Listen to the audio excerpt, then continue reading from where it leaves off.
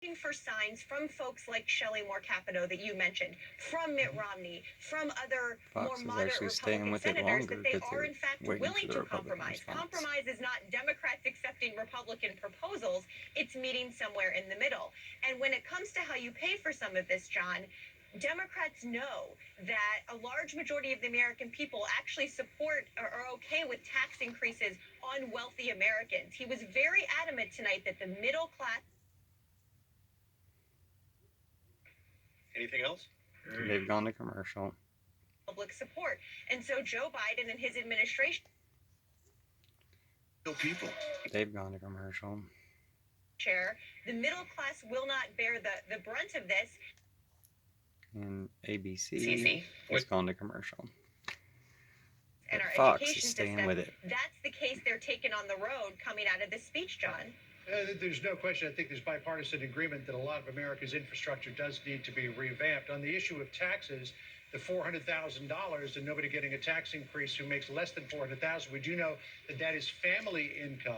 So if you had two people who were making $200,000 a year, they would see a tax increase. Let's switch gears and look ahead now to the Republican response. Senator Tim Scott of South Carolina, the only African-American in the Senate right now, will be giving the response in just a couple of minutes. And Guy Benson, you mean Republican? After the most because there's other African-Americans in the Senate. Preemptive strike I have ever seen on somebody giving the response, and that was that hit piece in the Washington Post about Tim Scott's background. Speaking of backgrounds, yours just turned extra blue for a second. Anything that Tim Scott has been saying. That was very strange. But I think Senator Scott will take it in stride. He's a very dynamic presence. He's a very likable person, extremely warm. I don't like him. I've never seen him before, but I heard he was a Republican. It's a cliche, but it's true. Following the president in this type of setting with all the bells and whistles and the trappings of the presidency and the pomp and circumstance, then you've got someone off in a room somewhere from the other party trying to talk to the American people for 7 or 8 minutes or whatever it happens to be to rebut it. It's a huge amount of pressure. Drink a bunch of water. It's often a thankless job. Scott is a gifted communicator. We'll see how he performs. Drink a bunch of water like Marco Rubio and become immune for the rest of your life. He'll point out, like how strong the economy was in 2019 before the pandemic, thanks to pro-growth policies.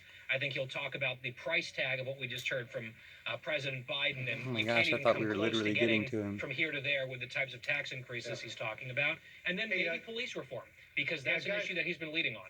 Sure, let me get Marie in here because we've just got about a minute left.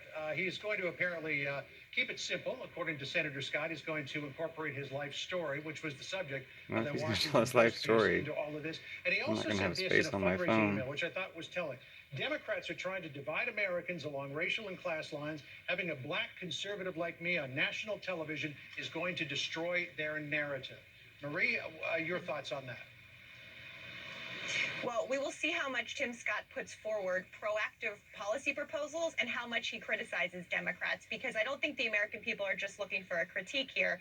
Look, Tim Scott gave a great speech at the RNC convention last year. He is a very, as Guy said, dynamic speaker.